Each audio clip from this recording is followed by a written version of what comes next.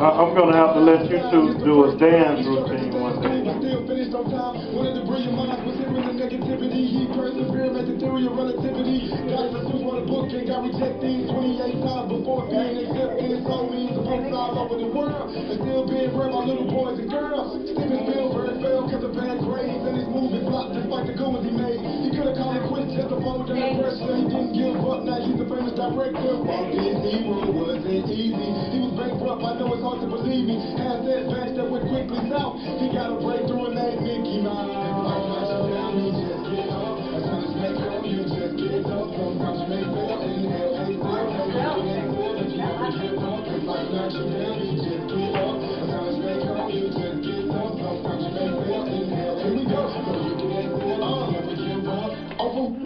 All right, all right, all right, all right. All right. When challenges come, sometimes they'll knock you down, but you got to make sure that you don't stay down. You got to make sure that we get right back up, because that's what life is. That's what life is. It's about challenges. It's about difficulties, and those things help us to get better. It helps us to develop. And you don't want to be a person that is not focused on getting better and developing, because if you don't develop, that means that you're not reaching your best. You're not doing your best, and you're not reaching your full potential. So, Unit 4, memory. We're talking about memory and how this learning thing works. And so, these are some of the takeaways from like the video for Unit 4. These are some of the key points or some of the summaries.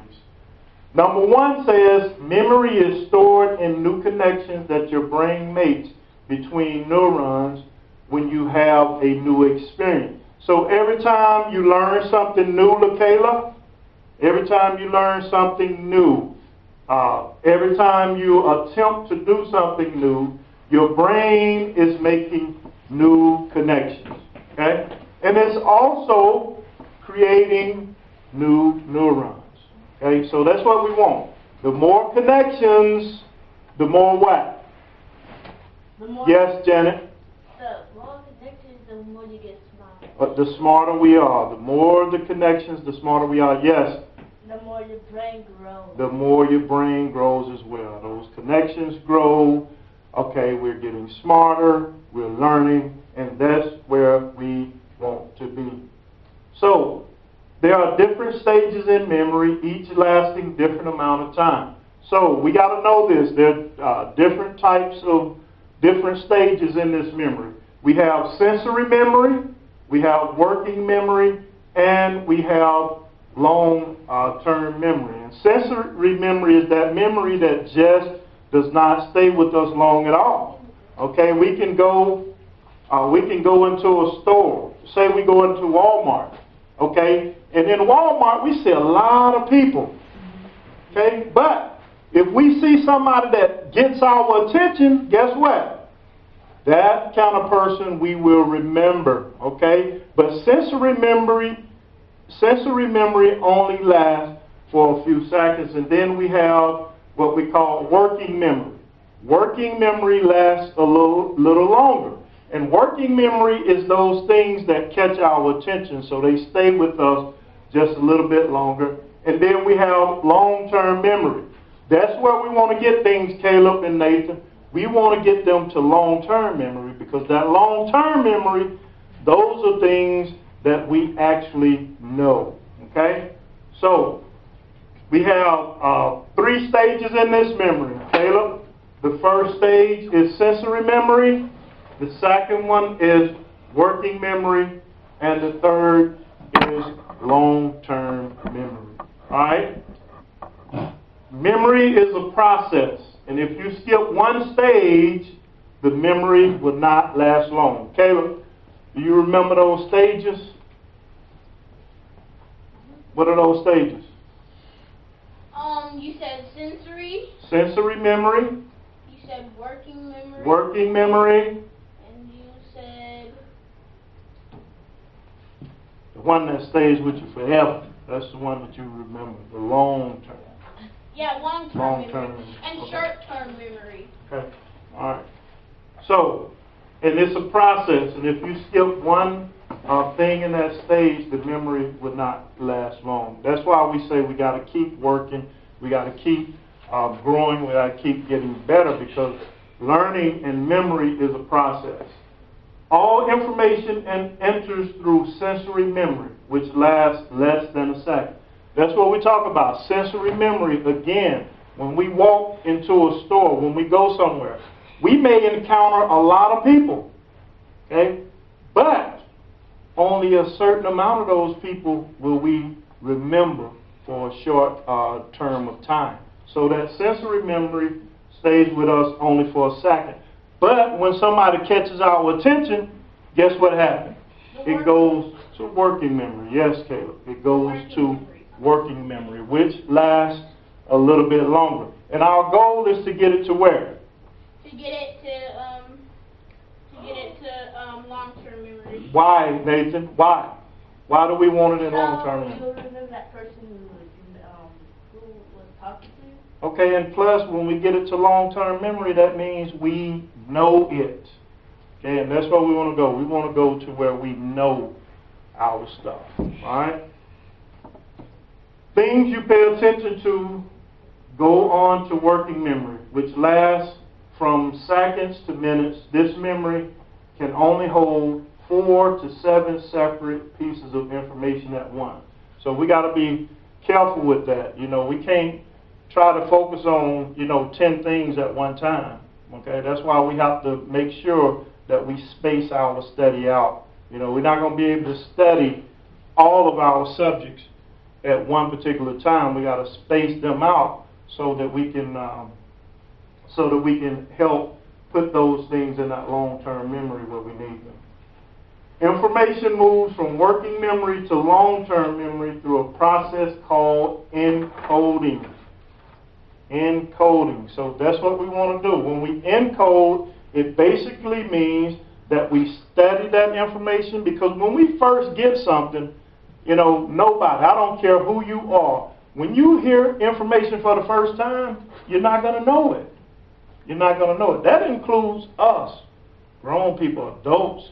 We're not going to know it when we hear it for the first time. That's why when you go to church, you should see a lot of people with some notepads, right? Or they have their cell phones, or they have their iPad, but they're taking notes. Why are they taking notes? Yes. So they can remember it. So they can get the information that they need, so they can study it, and then, again, we want to know it. Because just hearing information, will that help us? No. No. Just hearing information won't help us. We have to be able to put that information to action in order for it to work for us. Okay? So that's that process. We got to take it from that sensory memory to that working memory so we can get it into that long-term memory. And it says, in order for encoding to happen, you must pay attention. Remember, that was my key. We have to pay attention. Okay? And I know some of us got a lot of different things going on, but at the same time, we have to use our strategies so that we can help, so that we can make ourselves better at paying attention. Okay? We got some disabilities, but disability does not mean that I can't do it. It just means that I have to work a little harder to put myself in position where I can. Okay? So, we have to be able to pay attention, attach new information to existing information that supports it. And that's why whenever we're doing something, we want to make sure that we try to put information that we already know with the new information, and it'll give us a better chance of remembering.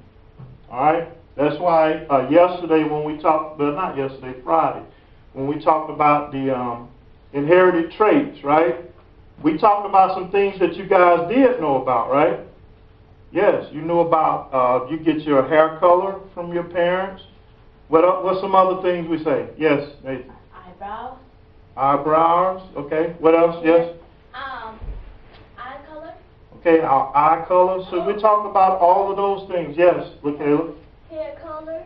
Okay, so we talked about all of those things that we get from our parents. And so that was information that we already knew.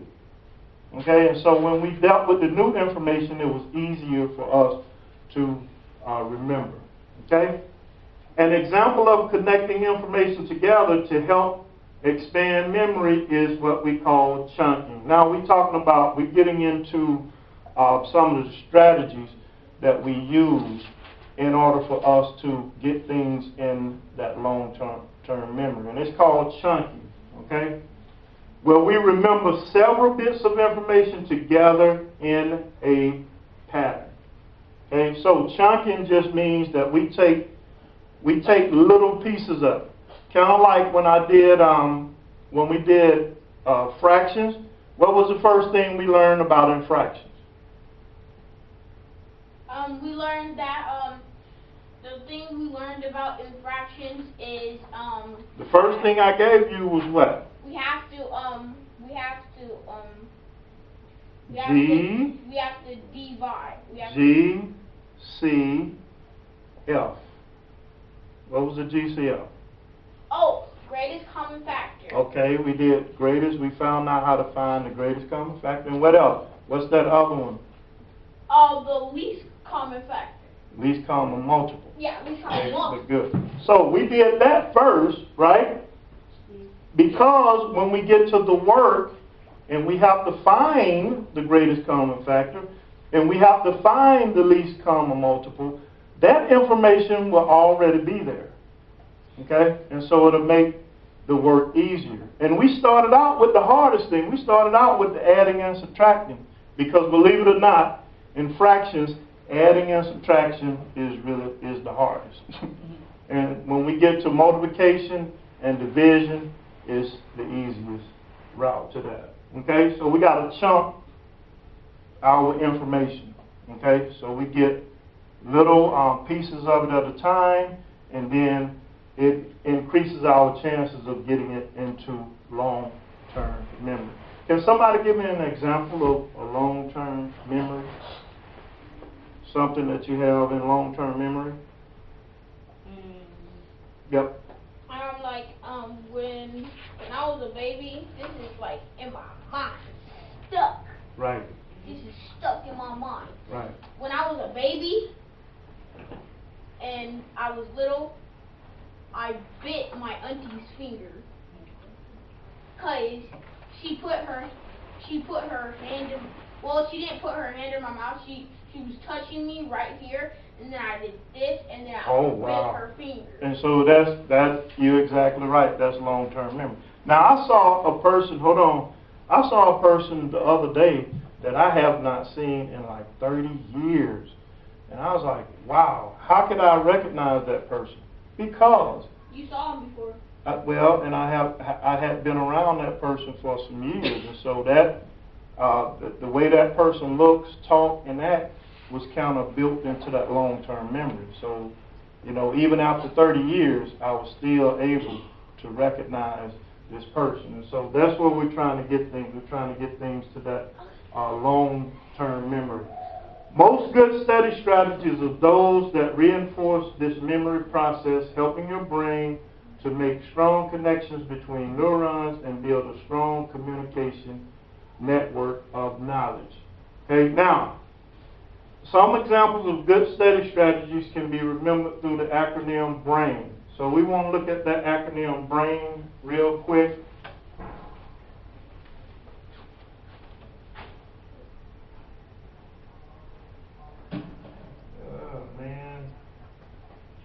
Okay, here we go. Okay, so in BRAIN we have a B first. The B stands for break the information down into basic elements. Okay, break it down into basic elements. The R stands for repeat, review, practice skills, and information to strengthen memory. Now, what's that an example of? What do we have? What do we get a lot of times that meets that need? Repeat, review, practice. What do we get here in school sometimes they help us do that? Yes? Homework. Homework helps us in this repeat, review, practice. Okay? And now, the people that complain and say, no homework. Okay, those are people to me that really don't want to learn and know the information, because you have to practice, you have to repeat, you have to review. Yes? If you don't feel like doing it, but you still have to try, I will want to try. Right. I don't say, I don't say like, no homework, like, no homework. I'd be like, say I'm done with my homework, and then I go to my other class, and I'll be like, no homework today. I'm like, what? No homework? What? Right, so you're surprised when you don't have the homework. Yes. Yeah. And I haven't heard anybody recently, right? Recently, I haven't heard anybody complain when I give them the homework sheet, so that's a good thing. The A in brain is actively practice new information. So every time we get new information, we have to go practice that information. Okay? We have to go practice it. Man, when I get ready for a speaking event or something like that, man, I go over what I want to do, hundreds of times, because I want to know it, like I know the back of my hand.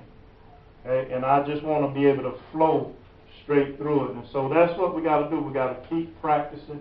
And any new information that comes in, that I can add to my lessons, okay, I have to do the same thing. Actively practice that new information.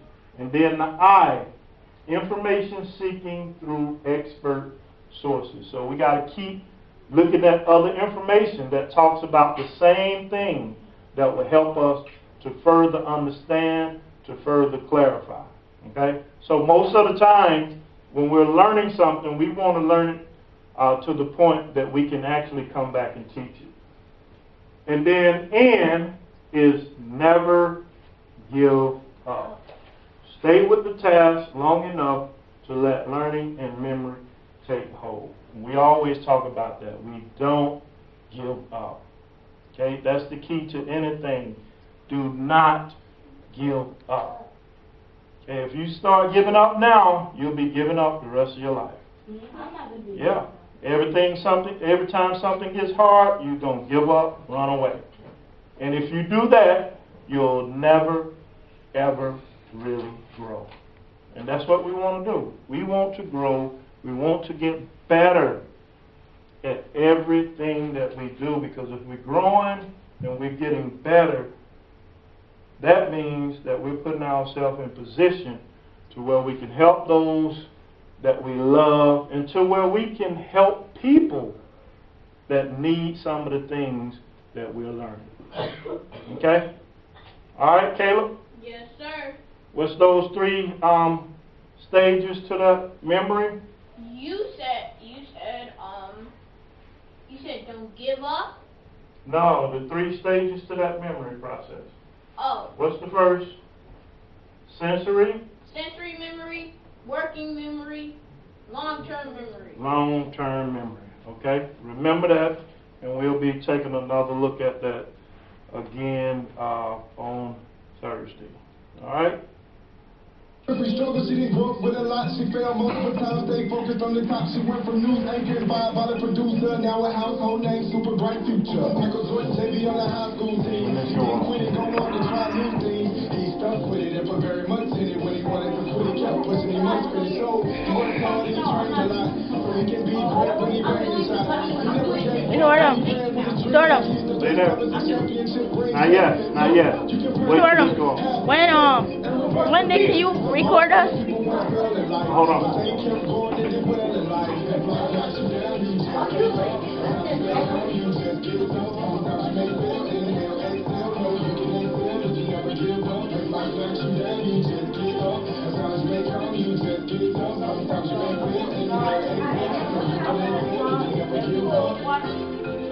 All right.